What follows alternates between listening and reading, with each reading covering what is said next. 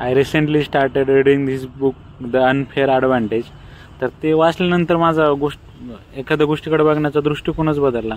त्यात असं सांगितलेलं की it is not the hard work किंवा आपण किती एफर्ट्स टाकतो, किती सॅक्रिफाईस बनवतो, प्रत्येक वेळेस हे डिसाईड करत नाहीत की आपण सक्सेसफुल असू का नसू. त्याच्यात एक कन्सेप्ट सांगितलेली माइल्स म्हणून. एम वरून मनी आहे, आय वरून इंटेलिजन्स किंवा इन्साईट आहे, एल वरून लक आणि लोकेशन आहे, ई वरून एज्युकेशन आहे तुमचं, आणि एस वरून स्टॅटस आहे. तर ह्या गोष्टी पण खूप मॅटर करतात तुमच्या सक्सेसफुल होण्यामध्ये. तर एम म्हणजे मनीमध्ये त्यांनी इव्हॅन स्पिगलचं एक्झाम्पल दिलेलं आहे, जो की स्नॅपचॅटचा को फाउंडर होता आणि सध्या बिलियनियर आहे.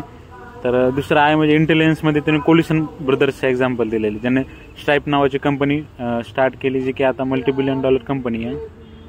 एल वरून लक आणि लोकेशन म्हणजे being at right place at right time, योग्य वेळ योग्य जागेवर असणं.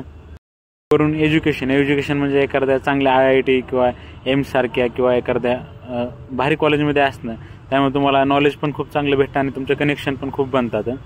येस वरून स्टॅटस, तर त्याच्यात त्यांनी इलॉन मस्कचं एक्झाम्पल दिले. तर तुम्ही नक्की हे पुस्तक वाचा, खूप भारी पुस्तक.